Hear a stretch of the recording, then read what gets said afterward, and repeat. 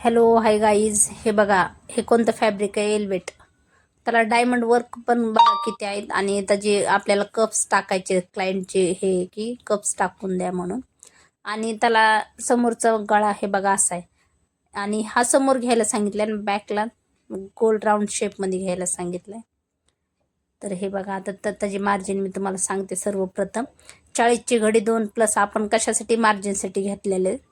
आणि हा गळा 2.5चा 2.25चा घेतलाय, कारण डीप नेक पाहिजे त्यांना. आणि 3 बगलूंची मोंडा आपला 6चा आहे. आणि हे गळा आता शेप बघू आपण कसा टाकायचा आहे. राऊंड शेपच टाकायचा आहे.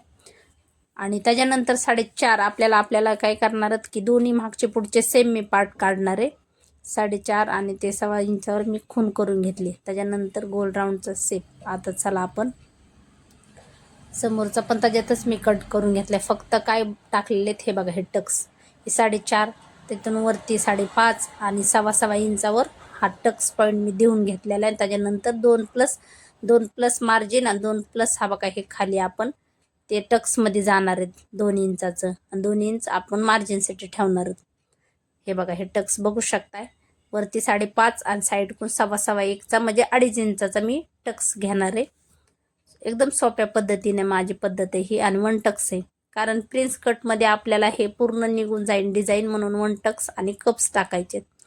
आता मी टीच करताना डायरेक्ट दाखवते, कारण शिवताना दाखवलंच नाही डायरेक्ट शेवटचं. कारण कोणाकोणाला असं ब्लाऊज शिवताना त्रास होते, मला कमेंटमध्ये नक्की सांगा. कारण डायमंड असले ना हाताने नखाने काढून खूप त्रास होतो. परत क्लायंट काय म्हणतं, असं पाहिजे तसं पाहिजे. हे शोल्डर खूप कमी होतं. मला साईडला कपडा सध्या जोडावा लागला त्या डिझाईनला. मला ते दाखवायचं तुमचं राहून गेलं. हे बघा, आणि हा कपडा खूप त्रास देतो शिवताना.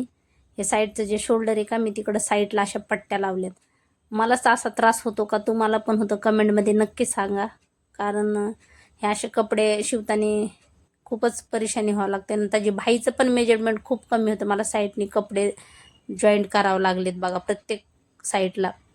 कारण ते हा एकदम 40 घडीचं ब्लाऊज असल्यामुळं खूप मोठं ब्लाऊज होतं. आणि पीस कमी असल्यामुळे ते डिझाईन बसत नव्हत्या. मला खूप काही असे तुकडे अटॅच करून लावावं लागले.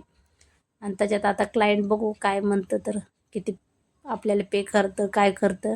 आणि हे खडे आपण ज्यावेळेस शिवतो ना, त्यावेळेस नकाने काढ असं निघत पण नाहीत. खूप त्रास होतो खडे काढताना.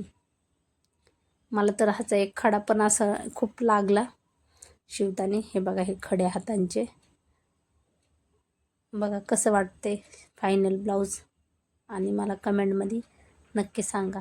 हे बघा, हे कप्स टाकलेले आहेत आपण. मी टीच करताना काय दाखवलेलं नाही तुम्हाला, डायरेक्ट आता झाल्यावरच दाखवते.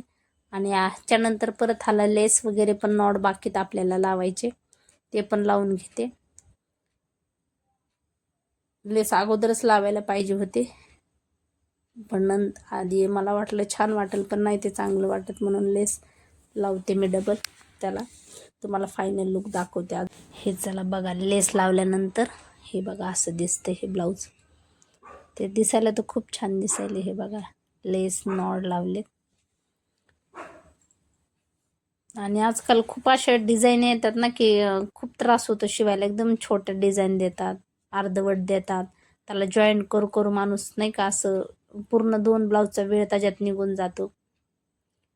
आवडल्यास नक्की लाईक कमेंट करा. आणि तुमच्यासोबत असं होतं का ते सांगा मला नक्की.